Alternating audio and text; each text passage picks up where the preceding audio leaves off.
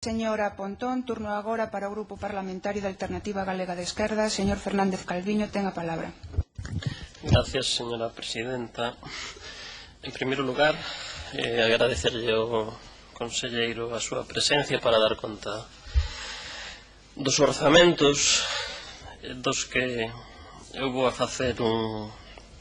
tratar de expoñer o que sería desexable para a Alternativa Galega de Esquerda por distintos ámbitos e que botamos en falta ou determinados aspectos que nos consideramos que non son necesarios e, polo tanto, supoñen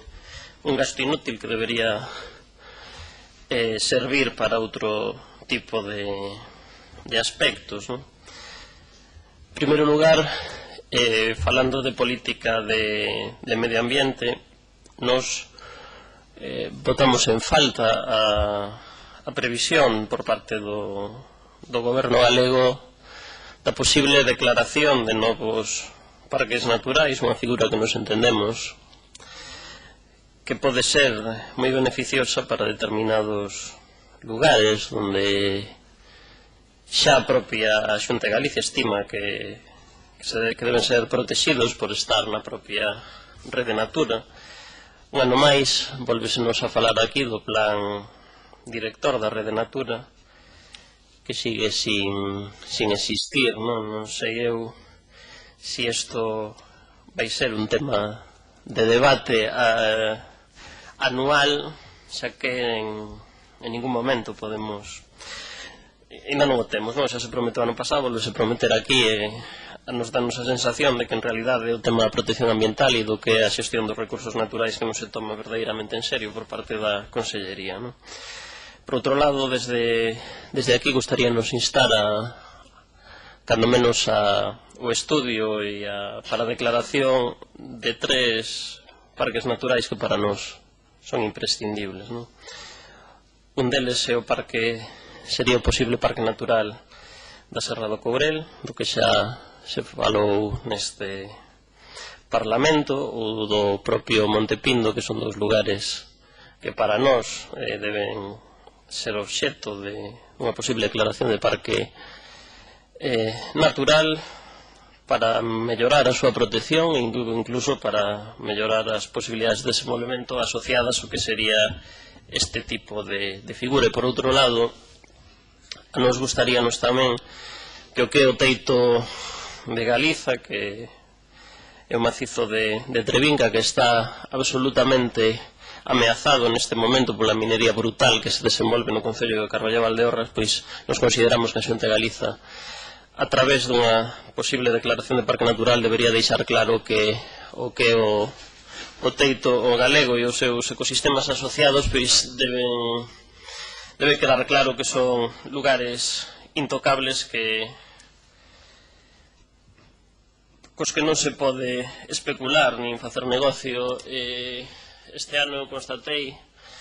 que, para a desgracia de Galicia, neste momento xa temos unha escombreira que por riba non está en territorio galego, que pertence a unha mina que non está na nosa comunidade autónoma, por encima do Teixal de Casallo. Nos creemos que a Xunta de Galicia debe actuar neste sentido para protexer unha zona de Galicia que para nós é extremadamente importante. Nos desde a Consellería de Medio Ambiente tamén botamos en falta que a política enerxética sexa dirixida desde esta Consellería, xa que nos consideramos que a política enerxética é fundamental para o medio ambiente a nivel global. Botamos en falta políticas relacionadas co cambio climático e que a propia Consellería de Medio Ambiente sexa que dirixa as políticas enerxéticas a desenvolver no noso país e que están sendo as posibilidades de mellora medioambiental asociadas a enerxía fondamente atacadas polo Goberno de Estado, e nos consideramos que debe ser a Consellería de Medio Ambiente a que lidere o enfrontamento co Goberno de Estado para posibilitar un modelo enerxético moito máis sustentable no noso país. Tamén quero falar aquí das declaracións de impacto ambiental que se suelen facer por parte da Xunta de Galicia, que non son para nada rigurosas, e a ausencia total de vigilancia ambiental. E poño por caso, por exemplo, as obras que se están a desenvolver para a chegada do AVE a Galicia, nomeadamente na provincia de Ourense, donde se están facendo estragos brutais por parte das empresas concesionarias, incumplindo os propios proxectos, e que a Xunta de Galicia non está facendo nada para poder evitar estes problemas. Non pone por caso lugares onde a propia concesionaria tiña un vertedeiro asignado a 15 km de onde está facendo as obras e está depositando os refugallos a 1 km, co conseguinte beneficio económico para a propia empresa, pero uns danos ambientais brutais asociados a este lucro empresarial en contra dos intereses do medio ambiente do propio país. Tamén me gustaría falar neste turno da constatación do fracaso do modelo de xestión de residuos que se produce en Galiza asociado ao modelo Sogama. Nos vimos denunciando que este é un modelo caro e que xera poucos postos de traballo e, ademais, de que é insustentable desde calquera punto de vista, e co incremento do canon que se vai a asociar os custes de Sogama, pois para nos é unha constatación do modelo de xestión de residuos. Polo tanto, instamos a Xunta de Galiza a rectificar neste sentido, e así o faremos a través das nosas emendas parciais. Respecto á ordenación do territorio, nos volvemos a insistir en que é necesario desenvolver o Estatuto de Autonomía galego e proceder a un plan de comarcalización serio de Galicia que iría asociado o que podería facilitar determinadas cuestións das que o propio conselleiro vende falar, como a xestión supramunicipal da auga, que nos consideramos que en moitos casos debería ser comarcal e que consideramos que solventaría moitos problemas existentes respecto á distribución da auga neste momento coas propias negociacións entre pequenos municipios. Nos creemos que estas cousas, igual que o transporte metropolitano,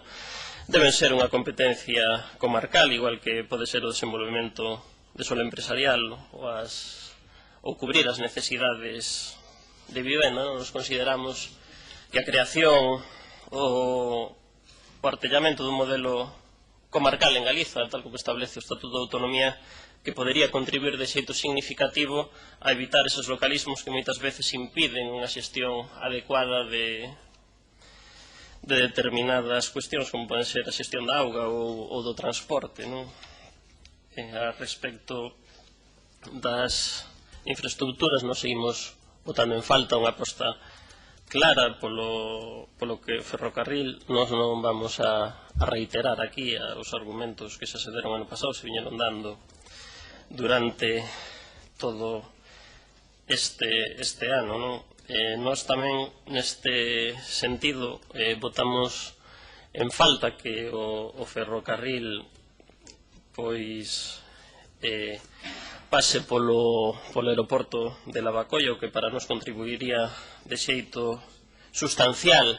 a mellorar a conexión dos cidadáns galegos coas infraestructuras aeroportuarias. Facilitaría que, por exemplo, un cidadán ourensán poida acceder a un aeroporto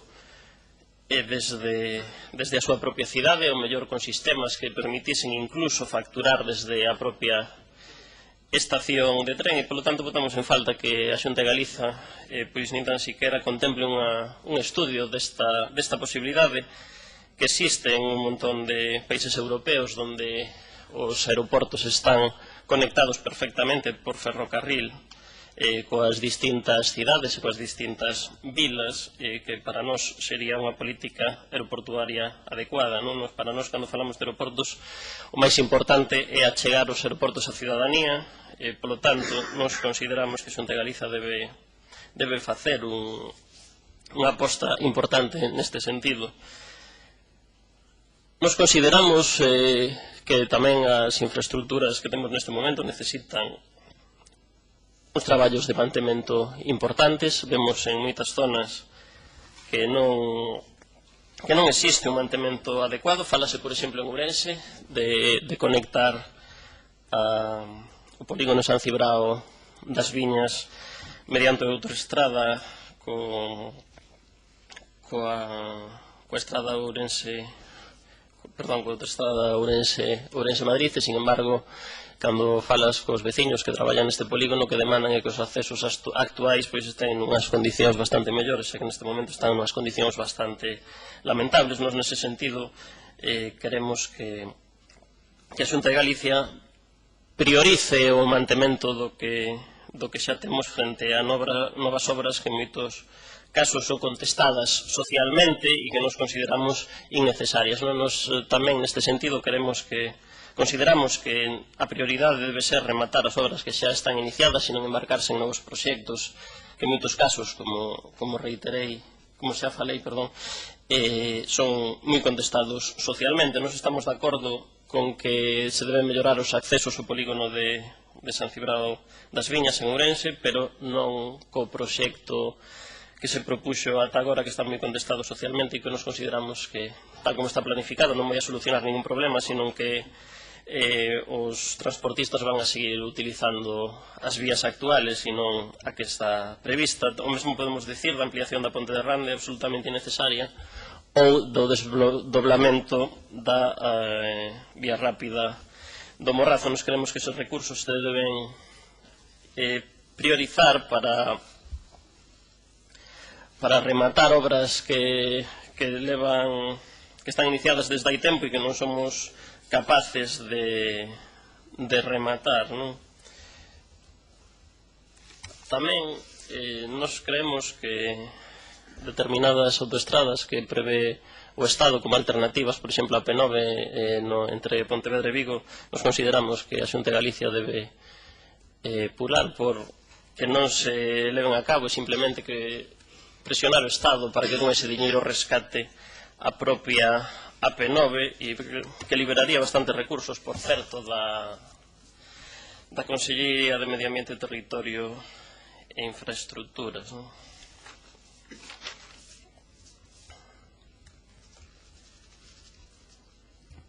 Nos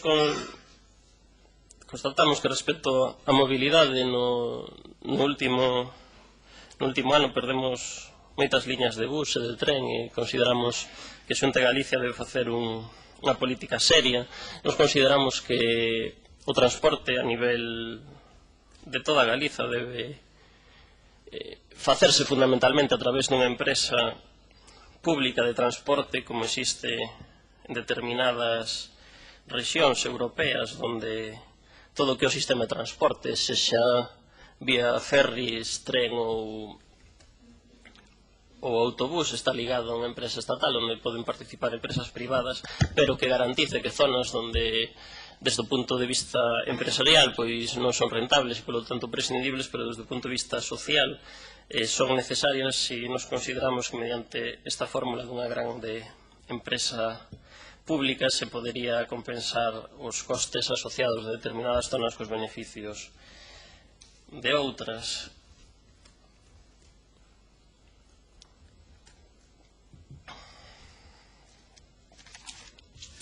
Quero falar aquí tamén de algunhas previsións que están nos orzamentos que para nós son absolutamente prescindibles e que se poden derivar estes recursos a outros aspectos como é a previsión do trasvase de Meirama a Cecebre, que para nós é un gasto inútil, a parte perigoso, xa que está constatado que a auga iba a decir lago, pero do lago artificial de Meirama non sirve para o uso público, non se xustifica desde ningún punto de vista, salvo dos propios intereses empresariais que poida ter a empresa, gastar diñeiro público nesta obra que nos consideramos necesaria, o que se acaba de decir do convenio de Barreiros, un túnel previsto na Coruña que se vai a tragar case 4 millóns de euros, etc. Vaya rematando. Sí, gracias, señora presidenta. Falando da provincia pola que represento o pobo galego, non se avanzou absolutamente nada na posible mellora da estrada Trives-Viana. Non sabemos se se avanzou no posible convenio coa Diputación de Ourense, que estaba previsto hai anos para que esta estrada pase a ser competencia xunta, xa que nos consideramos que a Diputación de Ourense non ten capacidade de poder manter a gran rede de estradas que ten. Creemos que a xunta debe desenvolver este tipo de infraestructuras que axudarían a zona do interior ourensán bastante deprimida, ou unha estrada da que sei que o conselleiro coñece, que vai do Alto do Couso a Llariz a Celanova, onde existen desde hai anos determinados compromisos do goberno galego cos alcaldes e cos axentes sociais da zona que até o de agora non foron cumplidos. Tamén aquí é necesario un convenio coa propia Diputación de Ourense, porque algúns tramos son da súa competencia. Non sei se se avanzou algo neste sentido, non? Remate. Xa para rematar, decía o conselleiro ao final que os orzamentos supoñen un punto de inflexión nas políticas da Consellería, un punto de inflexión, marca un cambio de tendencia. Non sei se refería a que quere facerse unha emenda a totalidade a sí mesmo, ou quería decir outra cousa. De todas maneiras, nos nestes orzamentos da Consellería non vemos ningún tipo de cambio de tendencia, sino que vemos políticas similares que consideramos que non van a contribuir a solucionar os problemas xerais do medio ambiente, do territorio e das infraestructuras do noso país. Máis nada e moitas gracias. Gracias, señor Fernández Calviño.